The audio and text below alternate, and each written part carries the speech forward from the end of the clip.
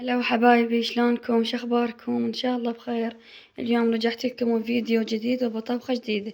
بس قبل لا تشاهدون الفيديو لا تنسونا من اللايك والاشتراك بالقناة حتى يوصل لكم كل فيديو جديد وتشجيع على قناتي. حبايبي، اليوم طبختنا لهذا اليوم البريان اللحم او التاشينة، تاشينة اللحم. عندنا هنا لحم، وعندي هنا بصل، وعندي هنا بوتيتة، وعندي هنا جزر، وهنا نعناش عدل مو مطرور، وهنا عندي هم شعيرية وهنا تمن مغسول ومنقوع كل زين. وهنا عندي البهارات، اي بهارات عندكم تحطوها، جميع البهارات. انا حطيت نعناع وفلفل اسود وبابريكا وكمون وبهارات لحم، وبهارات برياني وبهارات دجاج، ملح. اي بهارات عندكم تحطوها، بس يعني يكون تقللون من البهارات حتى تبين عندي الطعم مال البرياني مالت اللحم، حتى ما هذا البهارات تغلب على الاكل. نبدأ هسه بالطريقة حبايبي. نقطع البصل ناعم والبوتيتة واللحم وارجع لكم. وهسه نخلي بالبداية ماي للماش حتى يستوي على ما اقطع البوتيتة. وهسه حبايبي خليته على النار، على نار عالية على ما يفور شوية، واقلل النار عليه حتى يستوي على راحته. هسه حبايبي رح اقطع البصل والبوتيتة واللحم. وهسه حبايبي قطعت البوتيتة بهذا الشكل الى مكعبات يعني صغيرة، وهنا البصل هم الى مكعبات هم صغيرة، وهنا اللحم هم قطعته بهذه الطريقة. هسه نحمس الشعرية، خليت الشعرية على النار. هسه حبايبي تظلون تحمسون بالشعرية منها لمن يتغير لونه يصير اصفر.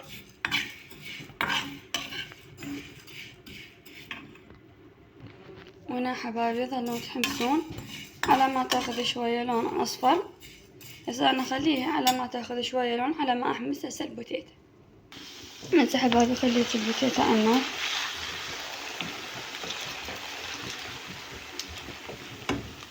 وهنا ظل احمس بالشعرية. خلنا على النار. شوف هسه بدا يتغير عندي اللون، نظلون شوية على ما بعد يتغير شوية. يلا تضيفون عليها الماء. هسه حبايبي انحمست عندي الشعرية بهذا اللون، هيك تقريبا ليس بهذا الشكل. هسه تضيفون عليها الماء.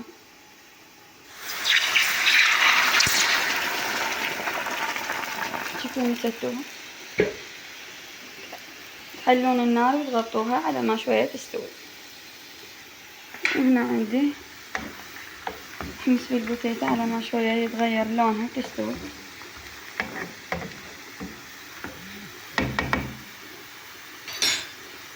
هسه حبايبي استوت عندي البوتيتة بهذا الشكل، خليتها على صفحة. رح احمص البصل،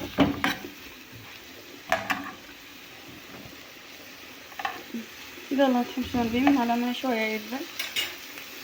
حبايبي ذبل عندي البصل كل زين، راح اضيف الجزر. البنات عندي الجزر يعني سالكته، سلقته كل زين، يعني شوفوا نص سلقة، نص سلقة سلقته. شو اسمه، واخليه بالمجمدة. هسه انا عندي هذا غسلته وضامته شلت بالمجمدة، غسلته عن الثلج ونظفته. هسه رحت احطه احمسه. انتم كيفكم تردونه عم تردوا بهذا الشكل حسب. هم ظلوا تحمسون به على من كل ساعة تمردون طاوات، وهي طاوة وحدة ظلوا تحمسون به بالحشو كله.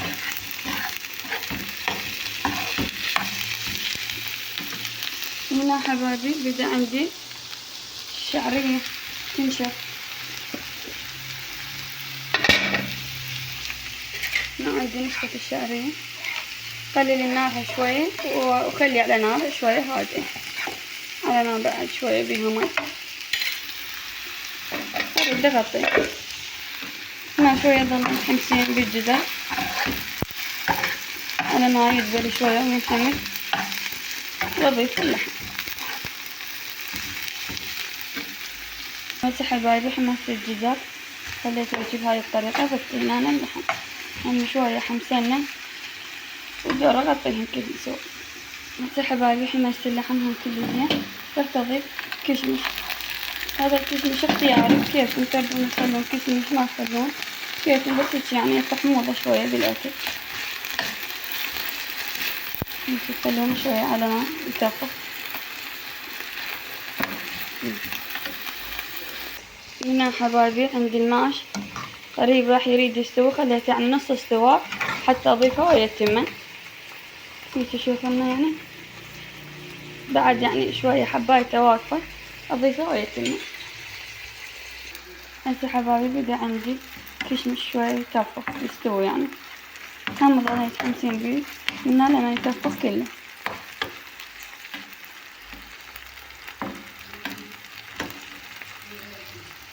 هسه عندي استوى الحشو عندي، راح أضيف الشعرية عليه.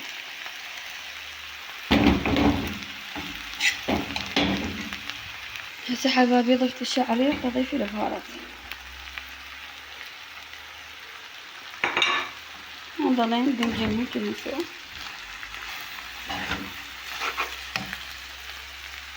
هسه حمست الحشو كل زين بهاي الطريقة. خليه شوية على نار هادية على ما يمتص ويصير يعني طيب. هنا عندي التمن خليته على النار، 2.5 كوب من التمن. راح أضيف عليهن خاشوقة من الملح، لأن هاي إحنا حاطين ملح للحشو. ياخذ له فورة شوية وأضيف الماش عليه. هسه حبايبي فار عندي التمن، راح أضيف الماش.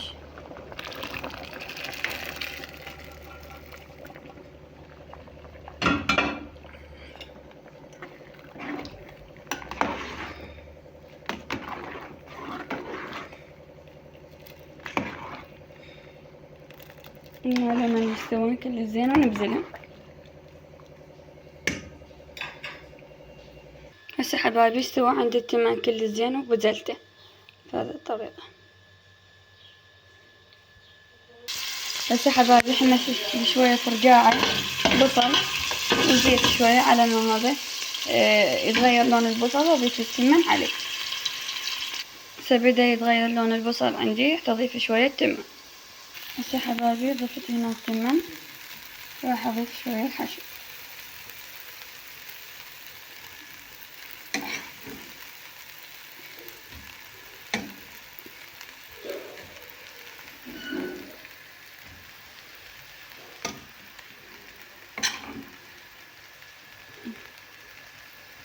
هسه هم هيك أضيف شوية تمن.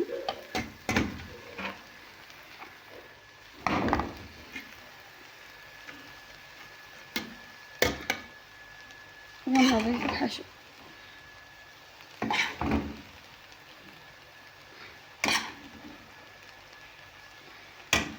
هنا حبايبي سويت عندي البريانة بهاي الطريقة. طلعت شوية فرقاعة من الزيت والبصل نضيفين فوقه